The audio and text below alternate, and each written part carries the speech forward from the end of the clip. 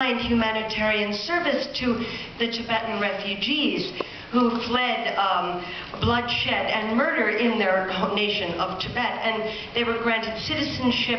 And this policy seems to be changing very quickly. Is that because of pressure from China? And is there any way you can preserve the humanitarian service you have very kindly provided to the Tibetans for 50 years, since many of them are not involved in demonstrations, many are very poor and old?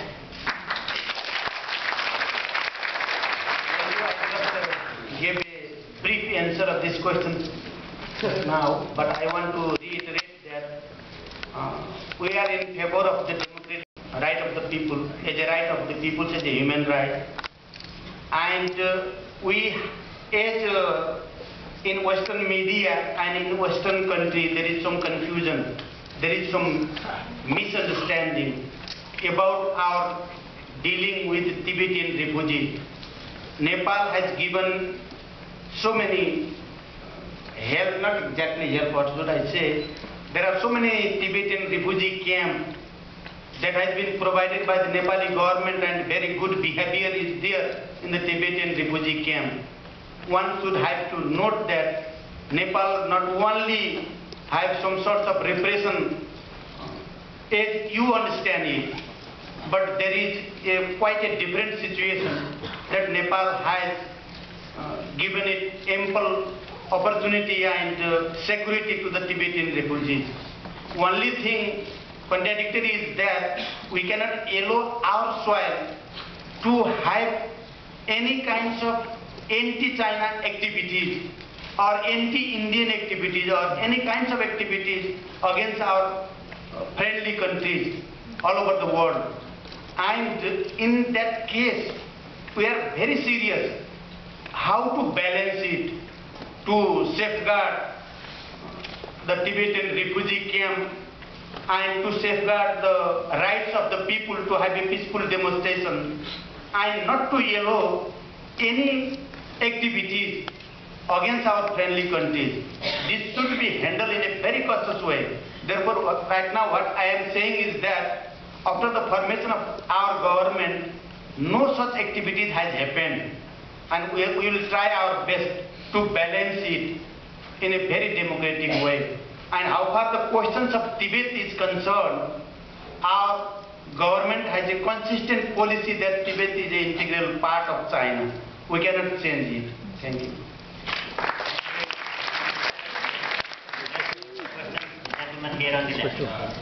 Mr. Prime Minister, for the last few years, the Communist Party of Nepal Maoists has considered the path taken by China after the deaths of Mao Zedong and under Deng Xiaoping as a capitalist restoration.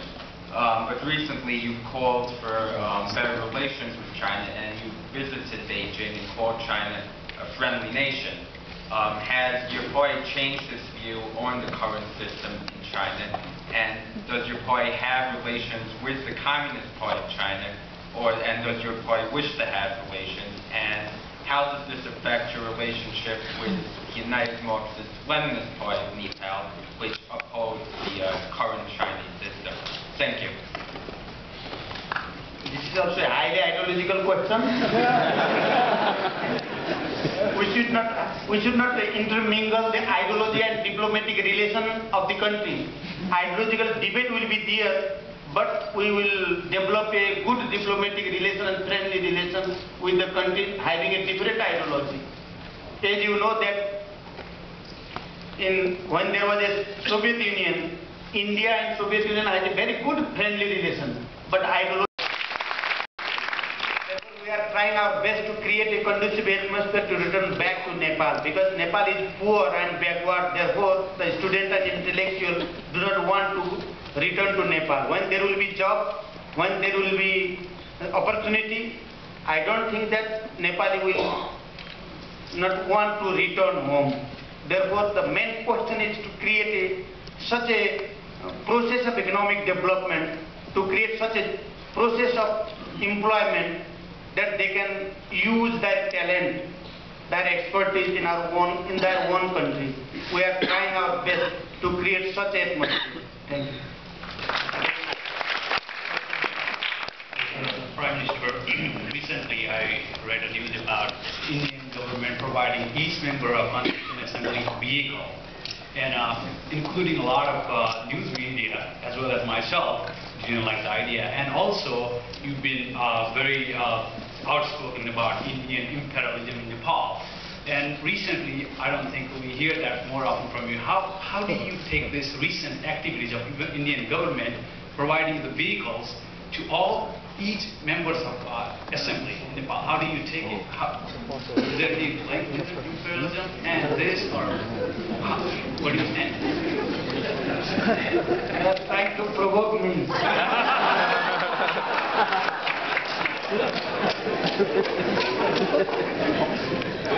After 12 months understanding the new situation has developed, and we are trying to understand the whole dynamics of change, and we are trying to utilize this change situation in favor of our nation for economic development.